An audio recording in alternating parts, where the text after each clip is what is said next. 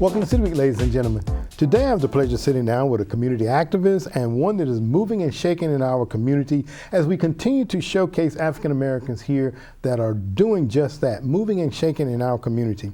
Ladies and gentlemen, I am being joined today by none other than Kawazi L. Kawazi, welcome to the show. Thanks. I'm happy to be here. It is a pleasure to sit down with you, and you're very colorful, I must say, and you brighten up my studio. Thank you. So thank you very much.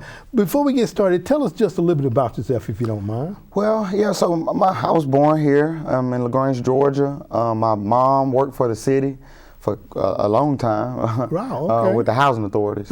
And my father worked at the fire department for over 40 years. So yeah, from this area. Okay. From this town. I went to LaGrange High School. I graduated. I went to school for a little while for computer technologies, and I got caught up in the plant life. So I started working at Movis, and I just been an entrepreneur ever since. Just working and trying to leave LaGrange better than I found it. Very good. I heard a lot of things. Caught up entrepreneurs, get caught up, and that's so important. Sometimes when we start a job, when we start making, bills and things, and we can get kind of caught up. Right. But I'm glad to hear that you say you're moving on to do some of your aspirations of entrepreneurship. Yes, sir. And one of the things that you are part of here too in our community that is making a big impact and a big difference. And if anybody's been paying attention, I'm sure they have seen some of the yard signs, yes, sir. And that is Tribe Ujima. Perfect. Talk a little bit about that for us, if you don't mind. Yeah, so Tribe Ujima, we started back in 2017 when Dr. McCamey was running for office here in LaGrange, and we was out passing out letters, trying to bring attention towards the situation. And as we was picking up trash, as we was passing out the flyers in the community, we seen the amount of trash that was sitting in the community, and we said, hey, are these the type of people we want to be voting? Look at their areas. And so we thought that we should start to bring more consciousness towards that topic, trash, knowing that a person emulates how they feel. And so if it's trash always, in a surplus amount around in your area, is that how you feel on the inside, unorganized, and maybe not clean, and and so we attacked the trash issue after we started seeing how much trash was sitting around in the community as we was passing out, bringing awareness for the voting. Okay, very good. And and I was sharing with you before we came on, I had a call from an individual here as recent as a couple of weeks ago, and they were almost in tears about the condition of their community and their area particularly, and as it related to just what you were talking about, the trash. And I was telling them about your group and about the monthly cleanup that the city performed, and we want to invite people to come out.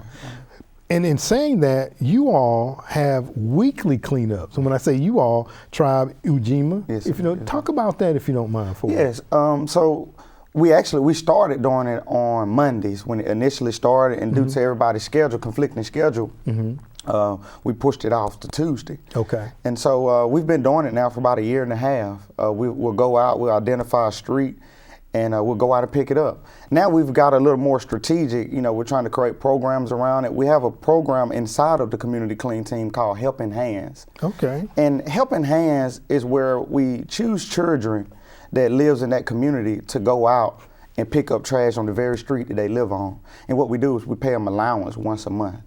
And so we'll give them an allowance, something, manageable, something that we can, manage. And we just give them from $20, $50, just depending on the size of the street or how much trash is on that street. Sometimes $10 a month. Okay. And we give them allowance. Me growing up, I used to get an allowance for doing chores, what we called it, and just cleaning up, and it encourages behavior, positive behavior. And so we felt like if we could, launch that within the community, maybe it'll encourage the youth to pick up the trash, so we'll be deterring it for the future. That's right. Because a lot of times we see beer bottles and different things, so we know it's not the children, but we know they're going to grow up. So we can get that habit in them, picking up trash and cleaning their community, then maybe when they get older, we won't continue to have that issue. Absolutely. It's so important because I think, if you bring it up in a child, not only will that child go out and do it, but they also going to let their parents know, hey, let's not throw this out anymore because somebody has to pick it up, and it's not just going to go away. Right. So I think that's an awesome thing that you all are doing with the Helping Hands. And then too, like you said, I can remember growing up and we like to be rewarded for things that we do good. So the allowance part of that is an awesome factor to have incorporated into that. And you know, not only you all concerned about, you know, the cleanliness of our community, it sounds like you all are also concerned about the health of individuals living in our various community. Exactly. And you all are starting a community garden, I understand. Yes, sir. Yeah. Talk about that. Oh, yeah. So the community garden we started July of 2021. I wish we had the before and after pictures, but it looked like a forest in the beginning. You know, it was trees, a lot of kudzu and everything. And so we had a uphill battle. And so what we did, we got the tractors. You know, West Georgia Farmers Cooperative. They assisted us in getting everything started off. Mr. Eric Simpson and Mr. Darrell of West Georgia Farmers Cooperative. So we got the tractors out. You know, we cleaned everything off, and we've been moving forward ever since. Mr. Joe Cameron is a licensed fencer in the community, and Mr. Joe Cameron came out and he showed us the step-by-step method on how we build a fence. So we didn't have to pay anyone. We brought the children out from the community, and they learned how to set posts. You know, they setting some posts, learn how to put the concrete in, you know, adding your water, your supports, putting the screws in, and it was just a blast. We ate pizza, you know, we enjoyed each other, and it was a learning experience. Yes, sir. Talk about how important, Kawasa, is it to pour back into the minds of those young people? You're talking about things that some of them probably have never done, setting posts, you know, putting up a fence. How important is that to you and to your group?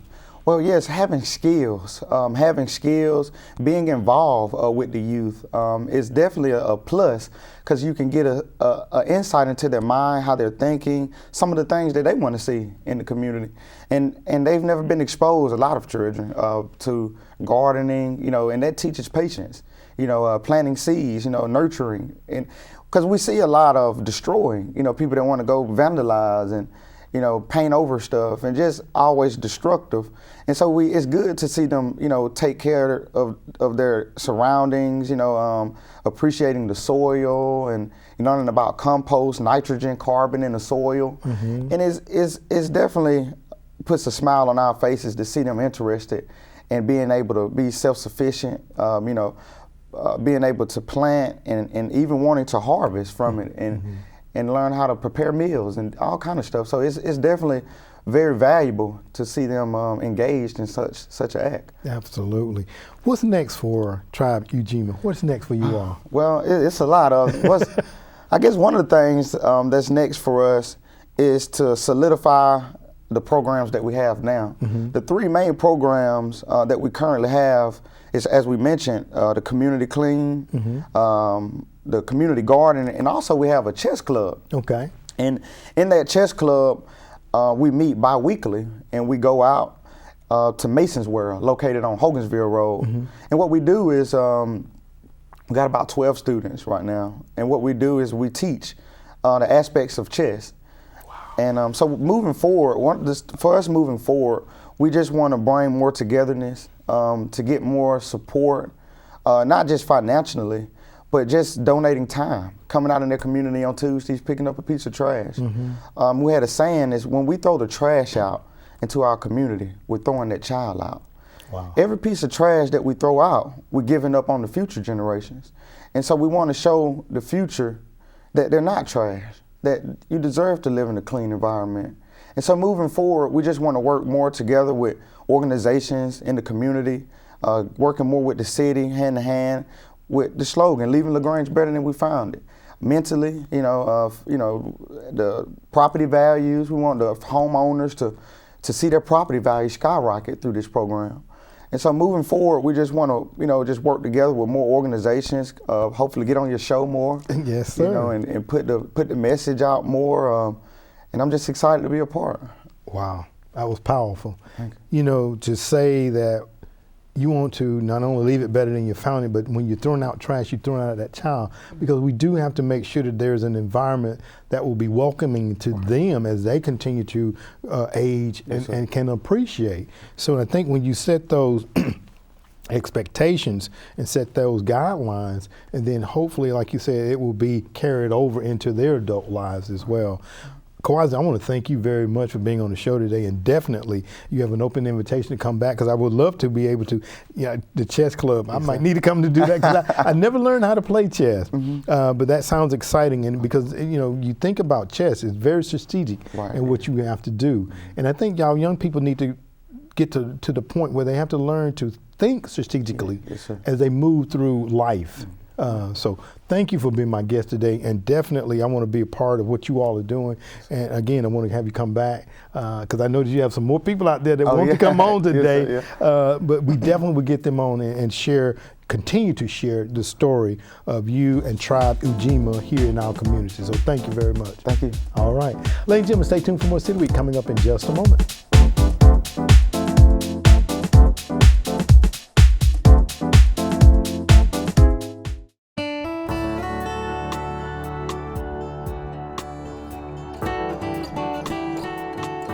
Hi, I'm Shannon Gavin Johnson, the director of Legacy Museum on Main, and this is a brief moment in LaGrange's history.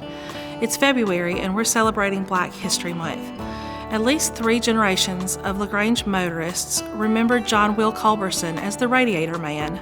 He operated his repair shop at the same location on Peters Street for 50 years. In a 1992 interview reflecting on his many years in business, Mr. Culberson credited his success to the fact that he treated his customers right. He worked on everything from the Model A to a Corvette, demonstrating a remarkable ability to adapt to changing trends. He admitted that he sometimes grudgingly embraced change. Quote, "You can't solder plastic," he lamented, noting the trend away from steel in the auto industry. He was nevertheless a lifelong learner, eager to acquire new skills and always willing to share his knowledge and experience. John Will Culberson was born June 25, 1913 in the St. Mark's community in Meriwether County. Around 1925, his parents, Lawrence and Ella Culberson, moved their large family to a farm near Mountville, where John Will and his siblings toiled in the cotton fields. He could hardly believe his luck when in the 1930s, during the depths of the Depression, he found work at a service station in LaGrange. He was relegated to the menial task of washing cars, but he observed the mechanics at work and soon began to assist them. Through the next decade, he honed his skills at different garages and service stations. By 1940, he had saved enough money to marry Louise Wilkes and start a family. Around the end of World War II, he took a leap of faith and established his own garage on Peters Street, specializing in radiator repair. Because of his own experience, Mr. Culberson was a proponent of mentoring and on-the-job training. Demands on the farm limited him to only 3 years of school, but what he missed in the classroom he gained through experience. Mr. Culberson's grandson, Titus Burden, inherited the business. John Will Culberson passed along to Burden and many other young people both his technical skills and business philosophy. He died October 2, 1998, leaving a lasting legacy of integrity and adaptability. To learn more about Black History Month and African American history, visit Legacy Museum on Main. This has been a brief moment in LaGrange's history.